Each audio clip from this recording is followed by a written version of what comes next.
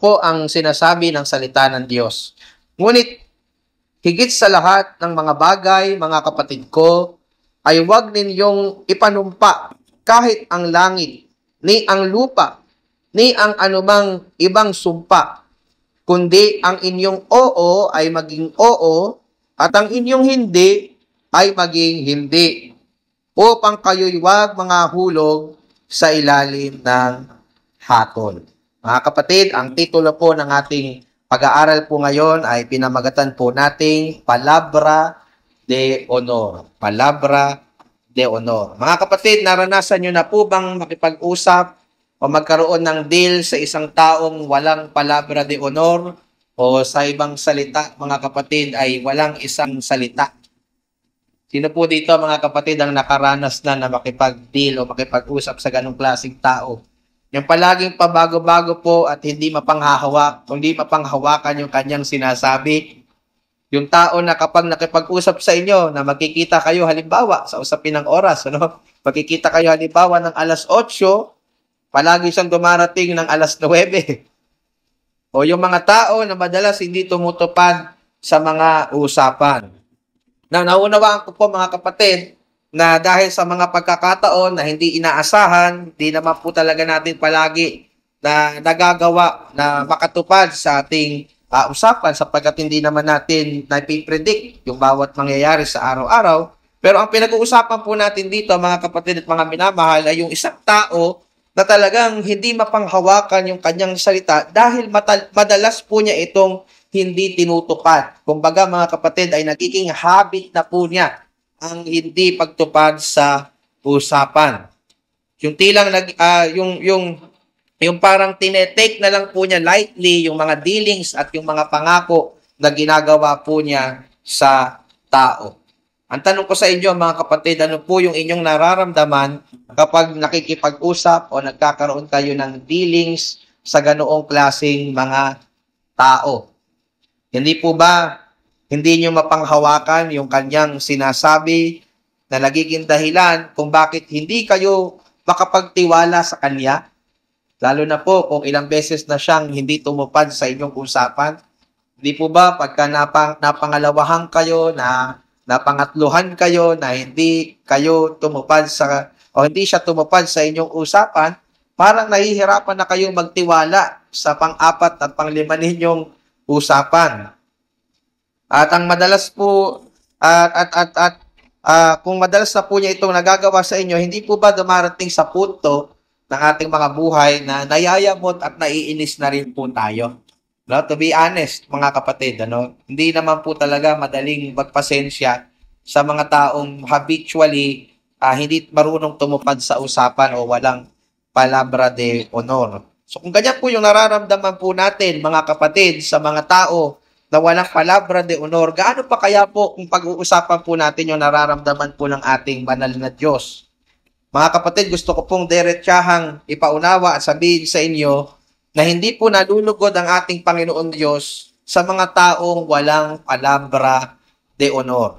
Hindi po nalulugod ang ating Panginoon Diyos sa mga taong walang isang salita o hindi po marunong tumupad sa kanyang mga sinasabi o hindi marunong tumupad sa usapan. At yan po yung dahilan, mga kapatid at mga minamahal, kung bakit po naisulat ito pong talata na atin pong pinag-aaralan ngayon. Dito po, makikita natin yung ilang mga pagtuturo po ni Santiago tungkol po sa pagkakaroon ng Palabra de Honor at kung gaano po ba dapat natin ito pagsikapan na maging ugali po natin, lalong-lalo na kung tayo po ay nagpapakilalang mga Kristiyano o mga tagasunod ng ating Panginoong Hesukristo. So inati ko lamang po, mga minamahal, ito pong ating pinag-aaralan sa 3 bahagi na maganda pong masundan po ninyo. Ang una po ay pinamagatan po nating ang kahalagahan. Ang kahalagahan, pangalawa po ay ang pagtuturo, at ang pangatlo po ay ang babala. So 3 bahagi lamang, mga kapatid, yung ating pag-aaralan.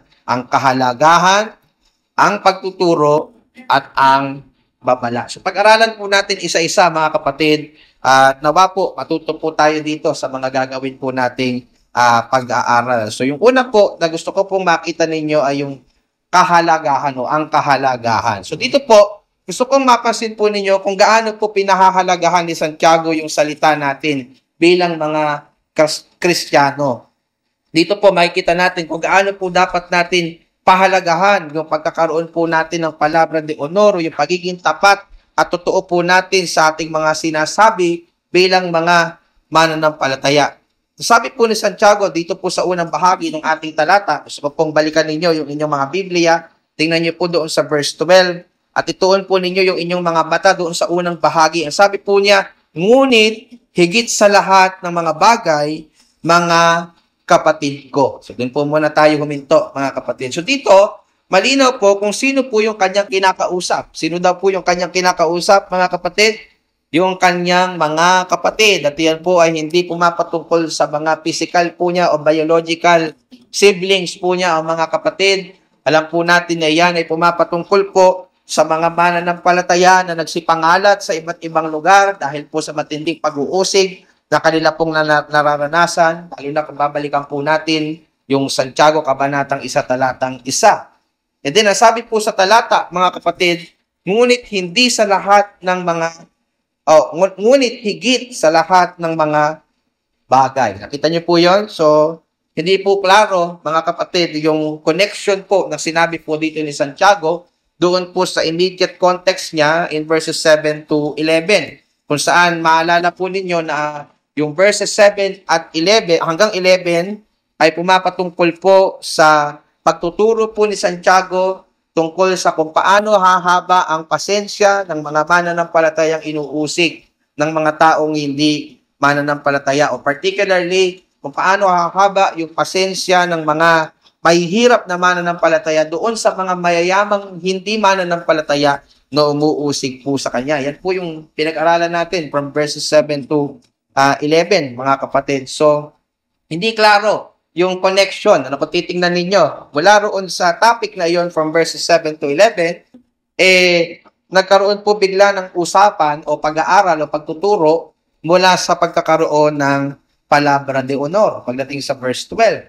No? May mga komentaryo po na nagsasabi na ito po ay related pa din sa mga naunang talata, particularly in verses 7 to 11, sapagkat madalas daw po napipilitan yung mga tao na manumpa, lalo na kapag dumadating siya sa punto na siya ay nagigipit dahil sa mga pag-uusig. Kumbaga, nauubusan na po siya ng pasensya at nangangako na lamang po siya ng mga bagay kahit hindi naman po niya ito siguradong magagawa po niya, makatakas lang po siya sa pressure na dala-dala po niya, na nararanasan po niya dahil po sa matinding pag-uusig. So, yun po yung sabi ng iba na connection ng verse 12 sa verses 7 to 11. So, may mga komentaryo din na nagsasabi na maaaring ito daw po ay transitional statement lamang o nagta-transition lang sa Santiago sa isang panibagong muling topic kung saan gusto niyang balikan yung mga pagtuturo sa pagbabantay sa dila na binanggit po niya doon po sa chapter 3. So, sobrang tindi marahil yung gustong bigay na atensyon ni Santiago sa usapin po ng dila o yung ating mga sinasabi, kaya hindi siya makaget over. Binalikan po niya ito pagdating po sa chapter 5 verse 12. So, yung ibang komentaryo naman po ay sinasabi na ito daw po ay maaaring senyales ng pagtatapos ng kanyang sulat. Kasi kung mapapansin niyo mga kapatid, nasa dulong bahagi na po tayo ng ating pag-aaral sa Santiago Kabanatang 5 at naririto na po yung mga huling mga pananalita ni Santiago. So, maaaring yung sinabi po ni Santiago dito na higit sa lahat ng mga bagay, sabi po ng ibang commentaries, ito daw po ay maaaring hudyat na marapit na pong magtapos ang sulat ni Santiago. So, pero may mga komentaryo din po na nagsasabi, gaya po halimbawa ni Thomas Manton, na yung mga pananalitang ito ay nagpapakita po ng importansya at diin sa nais pong maipaunawa ni Santiago sa kanya pong mga sinusulatan. Kumbaga, sinabi po niya yung salita na, ngunit higit sa lahat ng mga bagay, dahil gusto niyang maintindihan ng kanya pong mga sinusulatan na napakahalaga, napakarapat dapat na bigyan ng lubos na atensyon itong mga sinasabi niya sa talatang ito. Kaya nasabi po niya yung mga katagang, ngunit higit sa lahat ng mga bagay. At ako po ay naglilin doon po sa ganong interpretasyon. Kaya po nabanggit po ito ni Santiago sapagkat gusto po niya, no, na makuha yung atensyon ng kanyang mga sinusulatan upang maintindihan nilang napakahalaga na magkaroon tayo ng palabra de honor. Napakahalaga mga kapatid na magkaroon po tayo ng iisang salita. Napakahalaga na mapagkakatiwalaan po yung lahat ng ating sinasabi. At ganyan ko rin po gustong diinan yan sa bawat isa na narito po sa atin. Sinasabi ko po na bawat isa, sapagkat hindi lamang po kayo ang may ganitong struggle, maging ang inyong lingkod, mga kapatid, ay mayroong ganitong struggle. Kaya kinakailangan po natin na tayong lahat ay maturuan ng tungkol po rito. So, paano po nabanggit ni Santiago yung bigat at kahalagahan ng pagkakaroon ng palabra de honor dito po sa sulat ito? Nabanggit po ni Thomas Manton yung dalawang dahilan na gusto po. Kaya po ganito na lang gustong diinan ni Santiago ito pong bahagi pong ito na kanyang itinuturo. So yung una pong dahilan ay sapagkat ito po ay marami daw ang hindi sumiseryoso dito sa malaking kasalanan na ito, o marami daw pong hindi sumiseryoso sa malaking kasalanan na ito. Yung pagkawala ng palabra de honor o hindi pagtupad sa usapan o hindi pagkakaroon ng iisang salita. So para sa iba, mga kapatid, tila napakadali lang sumira sa usapan. Para sa iba, tila napakadali lang hindi tumupad sa isang pangako. Para po sa iba, tila nagiging kasanayan na lamang na ang pagpapaasa sa tao kahit hindi naman seryosong natin itong gustong gawin. Para sa iba, tila madali lang magbitaw ng isang salita kahit hindi naman niya alam sa sarili niya at wala naman talaga siyang balak na gawin ang kanya sinasabi. Kaya naman hindi talaga siya sigurado na magagawa niya iyon. Basta napakadali lang magbigay ng isang salita o isang pangako na hindi naman kayang gawin. So ito po ay isang malaking kasalanan po pala sa Diyos at sa ating kapwa. Pero ang malungkot, mga kapatid at mga minamahal, marami po ang tila hindi nare-realize iyon. Marami pong mga tao ang parang hindi naman masyadong sineseryoso yung pagkakaroon ng tipan o pagkakaroon ng pangako o pagiging charger lang. Yung pagkakaroon ng pagiging isa o pagkakaroon ng isang salita. So tila wala lang sa kanila yung hindi pagsipot sa napag-usapang oras, hindi isagawa yung napag-usapang plano, at sumira sa isang commitment. So marami pong tao yung parang tinitake yan lightly. Pangalawang dahilan po na binanggit ni Thomas Manton kung bakit ganito kadiin yung pananalitang ginamit dito ni Santiago ay sapagkat ang kasalanang ito ay talamak na at nararapat ituwid ng mayroong buong kaseryosohan. So totoo po yan sa panahon po ni Santiago at malungkot mga minamahal, totoo pa rin po yan hanggang sa panahon po natin ngayon. Talamak na talamak pa rin yung mga taong hindi marunong tumupad sa usapan. Mga taong walang iisang salita. Mga taong hindi mapagkakatiwalaan ng mga sinasabi.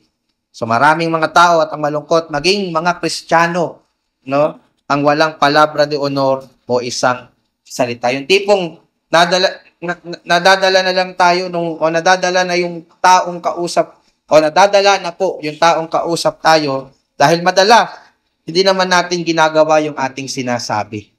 Yung tipong ayaw nang maniwala sa atin ng mga tao kapag nagsasabi po tayo ng oras o ng ating appointment dahil alam po nila na hindi naman tayo palaging tumutupad sa usapan.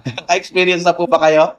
Na merong nakapag-deal sa inyo, gatong oras magkita tayo, pero lagi naman siyang late. So next time na pumunta kayo doon, hindi ka na magpapahalaga din sa oras kasi alam mo naman na lagi naman siyang late dumarating. Pag sinabi niya sa iyo 8:00, sasabihin mo, 9 yan. 9 darating yan kasi 9 naman talaga siya.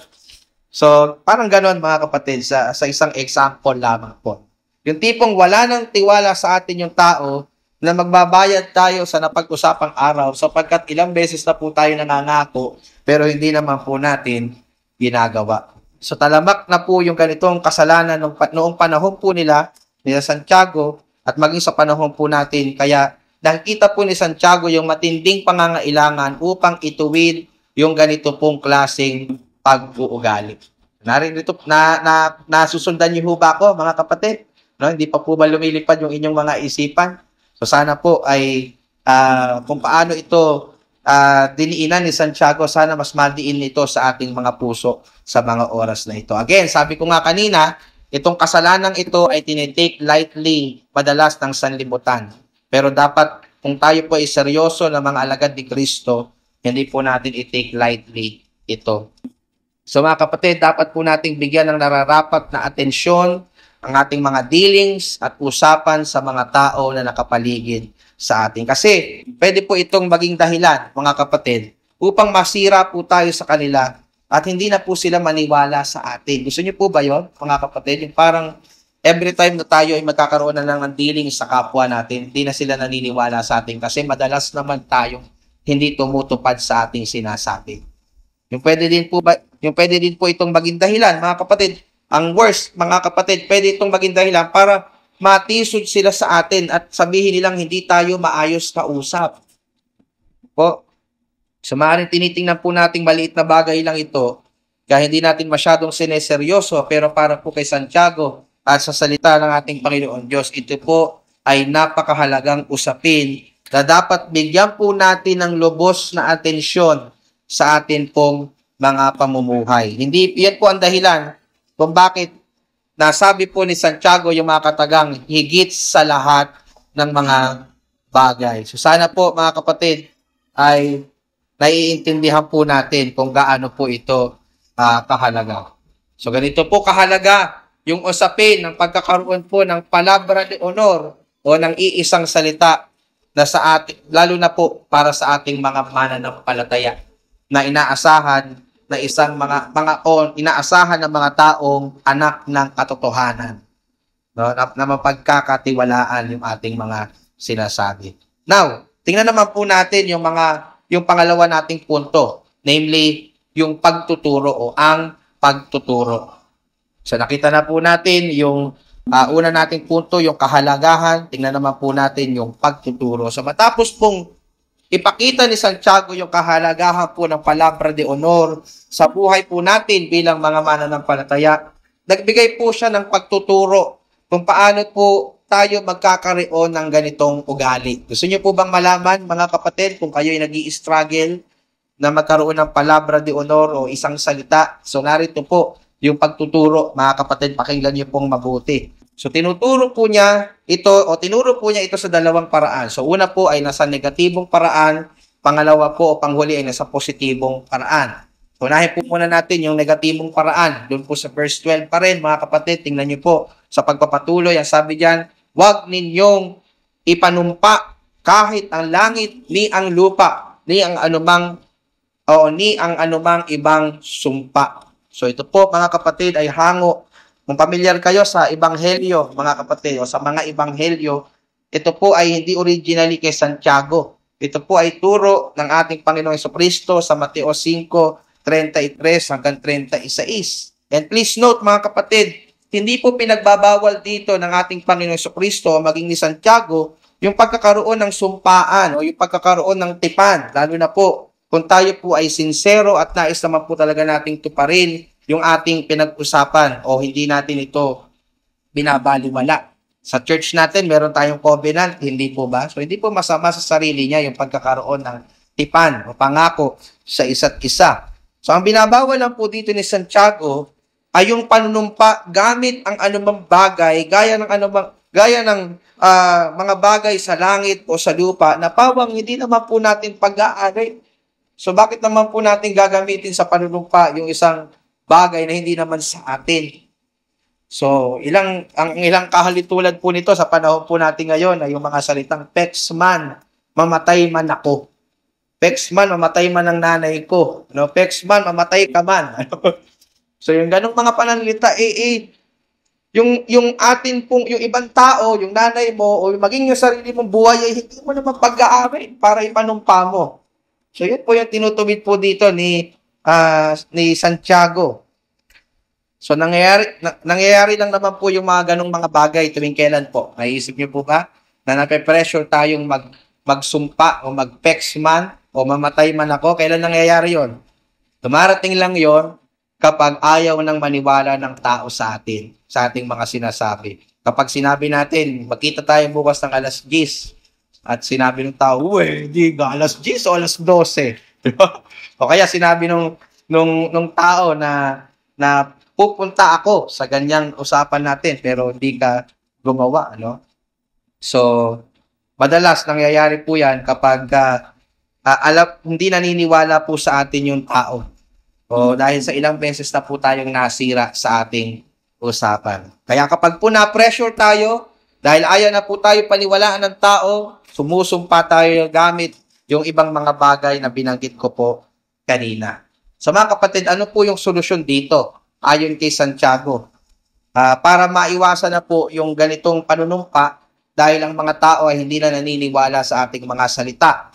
So diyan na po papasok yung positibong pagtuturo o paraan ni Santiago. Pasinin niyo po doon sa verse 12 pa rin, na sabi niya, kundi ang inyong oo ay maging oo at ang inyong hindi ay maging hindi. Ano yung solusyon? Yung oo mo, siguraduhin mong oo talaga yan, at yung hindi mo, siguraduhin mong hindi talaga yan. In other words, magkaroon po tayo ng palabra de honor. Magkaroon po tayo ng iisang salita or see to it na palagi po tayong tumutupad sa atin pong mga sinasabi. Kapag po nakita ng tao na yung iyong oo ay oo talaga, at kapag humindi ka, hindi na talaga, maniniwala na agad yung tao sa iyong sinasabi at hindi ka niya ipe-pressure na manumpa dahil alam po ng taong ito na kapag umoo ka, oo talaga ang iyong sagot. Ang problema po kasi sa atin, mga kapatid, lalo na po tayong mga Pinoy, minsan nahihiya po tayong humindi kahit alam naman po nating hindi tayo makakatupad. Halimbawa, inipita tayo sa isang birthday dahil nahihiya tayong sa mukha magsabi, ay naku, may conflict sa schedule ko. Sasabihin mo, sige, pupunta kami, asahan mo, pupunta kami. Pero alam mo naman sa sarili mo, hindi ka makakapunta kasi may conflict sa schedule. So, hindi mo sasabihin hindi ka pupunta dahil nahihiya ka. Pero mga kapatid, hindi po dapat gayon. No? Dapat totoo tayo sa ating mga dealings at sa ating pakikipag-usap. Mas mainam na pong humindi tayo agad kung alam naman po natin hindi tayo makakapunta kaysa pasahin po natin yung tao. No? Totoo po ba yun? Naniniwala po ba kayo doon? Ano mas masakit? Ano? Yung nalaman na agad niya na hindi ka makakapunta sa inyong usapan? O sinabi na pinaasa mo siya, pero alam mo naman sa sarili mong hindi ka makakapunta? No? Hindi mo magagawa yung iyong sinabi. Hindi po ba mas masakit yung pangalawa? Kaysa doon sa naging honest ka, naging tapat ka, na hindi mo talaga kayang tumupad hindi mo kayang tumugon doon sa kanyang paanyaya o sa inyong usapan. Minsan naman po, mga kapatid, nadadala po tayo ng ating mga damdamin. Kapag masyado po tayong masaya, nakakapag-promise tayo ng mga bagay na hindi naman talaga totoo sa ating puso. Ano? Yung mga bagay na hindi naman natin sigurado sa sarili natin kung magagawa natin. Nadadala lang tayo ng panahon, nadadala lang tayo ng ating mga emosyon. Kaya nga mga kapatid, mahirap magsalita o mangako, lalo na kapag high ang emotion, mga kapatid. Minsan naman po, mga kapatid, masyado lang po talaga tayong makakalimutin. Totoo po ba yun? Na hindi natin tinetake note yung usapan o tipan natin sa isang tao. No? At ang isang posible po niya, kaya hindi natin tinetake note, baka hindi naman talaga natin priority. Hindi naman talaga natin pinapahulugahan o tinetake lang natin for granted yung napag-usapan. Kasi hindi siya ganoon ka-importante para sa'yo. Kasi kung importante talaga yun sa'yo, tatandaan mo yan. Ite-take note mo yan, i-alarm mo yan sa iyong cellphone. Nang sa gayon, hindi magkaroon ng conflict doon sa una mong usapan. Kaya ang solusyon, mga kapatid, no? Kung talagang mahalaga sa'yo yung napag-uusapan, siguraduhin mo, at ikaw ay makakalimutin, siguraduhin mo i-take note mo yon. Ano? Yun yung practical tip po doon. Kung hindi ka naman sincero na hindi ka talaga makakapunta, sabihin mo na agad. Ano? Sabihin mo na agad. para naiiwasan po natin yung nawawalan tayo ng palabra de honor. Di po ba? Wala tayong isang salita. Nakukuha niyo po ba ako, mga kapatid? So sana po nakakapulot tayo ng wisdom dito po sa mga pagtuturong ito. So, mga kapatid, alam ko po, may mga bagay po talaga minsan na dumarating sa buhay na hindi natin inaasahan. Halimbawa, gamitin ko ulit illustration, yung usapan niyo alas 8, na-flatan ka. Sinasadya mo ba yun? Diba? So, naiintindihan ko po na may mga bagay. Halimbawa, may usapan kayo na napupunta, makikita kayo, nagkaroon siya ng sakit. No? Ibig sabihin ba no, wala kang isang salita. So, ang sinasabi ko lang ho, mga kapatid dito, yung habitual po natin yung nagagawa. No? Alam ko may mga pagkakataon talaga hindi natin sinasadya. No? Normal po yun. Hindi naman tayo Diyos eh. May mga bagay talaga na hindi natin control. Pero kung madalas, hindi tayo nakakatupad sa usapan, doon ang may problema. Baka wala po talaga tayong palabra de honor o isang salita. So, yun po yung tinutuwid po dito ni Santiago. So, mga kapatid, siguraduhin po natin magagawa natin yung ating mga sinasabi, yung ating dealings sa mga tao. Sapagkat kung hindi po, mga kapatid, meron pong babala sa Santiago. And that will lead us to our last point, ang babala. No, ano po ba yung mangyayari kapag po palagi tayong hindi tumutupad sa usapan? Ano po ba yung mangyayari kapag po naparatangan tayong walang palabra de honor?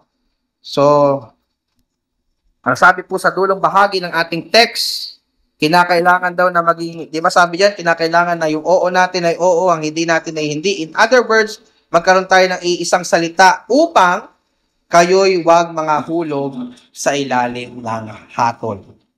Maaaring tinatanong niya, Pastor, sabi sa Romans 8 verse 1, wala na daw pong anumang hatol sa mga na kay Kristo Jesus. So, kala ko po ba, sabi nyo kanina, mga mananampalataya ang kausap po dito, di po ba? Mga kapatid.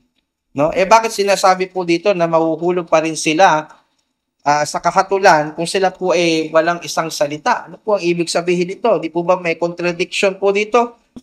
Well, totoo mga kapatid na kung ikaw ay sumampalataya na kay Kristo, nabayaran na ang lahat ng iyong mga kasalanan, wala ka na sa ilalim ng puot ng Diyos, ikaw ay tinuturing ng anak ng Diyos, at hindi na sa iyo ipaparanas ang kanyang puot, hatol, dahil lahat ng ito'y binayaran, tinubos na ng ating Panginoon Jesucristo doon sa krus ng Kalbaryo. Ito po yan, hindi po natin yan binabali. Pero, hindi po nangangahulugan, mga kapatid, na hindi na po tayo didisiplinahin ng Diyos kapag tayo po ay nagkakasala sa Kanya. Nakukuha niyo po ba ako, mga kapatid? Hindi pwede. Ang Diyos natin perpektong amaw Marunong siyang dumisiplina sa kanyang mga anak na pasaway. Kung paano tayong mga magulang ay nagdumidisiplina din sa ating mga anak. Ang sabi po sa Hebreo 12 talatang 6, sapagkat pinarurusahan ng Panginoon ang kanyang iniibig at hinahampas ang bawat tumatanggap sa anak. Namamalo rin po pala ang Diyos. No? Maraming magulang ngayon, parang pagka namamalo ka, masama kang magulang. Pero sa Biblia, pinapakita na kahit ang Diyos namamalo. Di nga lang literal, Pero nagdidisiplina ang Diyos sa mga taong nagpapatuloy sa kasalanan.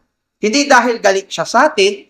Sabi ko nga kanina, hindi na tayo kaaway ng Diyos dahil kay Kristo Jesus. Tayo po ay tinuturing niya ng sariling mga anak. Therefore, minamahal niya na tayo. At even yung pagdidisiplina po sa atin ng Diyos, yan po ay nanggagaling sa isang mapagmahal na Ama na ayaw tayong mapariwara, na gusto tayong matuto, na gusto tayong lumago, at gusto tayong maging kagaya ng kanyang anak na si Jesus. So, I believe yan po yung kahatulan na binabanggit po dito. At hindi na po lalalapan dyan yung kahatulan na mararanasan po ng isang mananampalataya ni Kristo. Pero, mga kapatid, meron po akong gustong sabihin sa inyo. No? Kung ginagawa na po nating habit yung paggawa ng kasalanan, like for example, in this particular context, nagiging habit na po natin yung nagpapatuloy tayo na magsinungaling sa ating mga kapwa o hindi nagiging tapat sa ating dealings po sa kanila. At hindi na po tayo nagnanasang mag-improve. Hindi natin nagnanasang baguhin yung ating pag-uugali. Ito po'y nangangahulugan, mga kapatid, na malamang hindi tayo tunay na ipinanganak na muli. Kasi kung totoo kang Kristiyano, gusto mong mag-improve, gusto mong lumago, gusto mong magbago. So hanggang ngayon, tinitake mo ito lightly, na parang baliwala lang sa'yo na ikaw ay walang palabra de honor. Ibig sabihin lang yan mga kapatid, hindi ka talaga tunay na nakaranas ng kapanganakang muli. At hindi ka tunay na ligtas.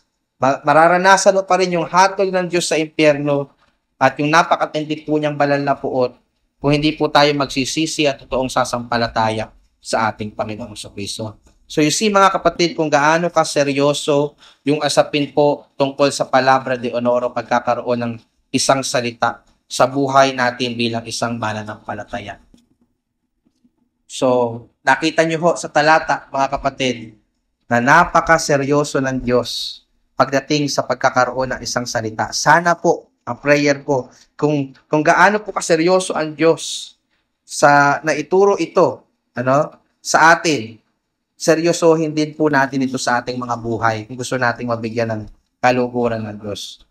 Pwede po pala tayong disiplinahin ng ating Panginoon Diyos, or worse, pwede po pa palang iyon ay indikasyon na tayo talaga hindi nakaranas ng kaligtasan kung habitually wala tayong pakialam at pagpapahalaga sa mga sinasabi po natin o dealings po natin sa atin pong kapwa.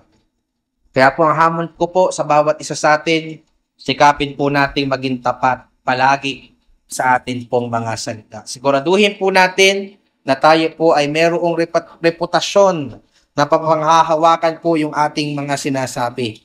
May reflect po nawa sa ating mga buhay yung katotohanan ng gospel na sa pamamagitan po ng ating patutuo, ng ating pong pakikipagdealing o pakikipagdeal sa mga tao, yung ating pong pakikipag-usap sa tao, masabi nila na tayo nga po ay mga anak ng katotohanan. Tayo nga po ay mga taong hindi sinungaling. Tayo nga po ay mga taong totoo at tapat maging sa atin pong mga sinasabi. Mga kapatid, ang prayer ko po sa bawat isa sa atin, magkaroon po nawa tayo ng palabra de honor upang mabigyan po ng honor ang ating Panginoong Hesukristo na nagligtas po sa atin.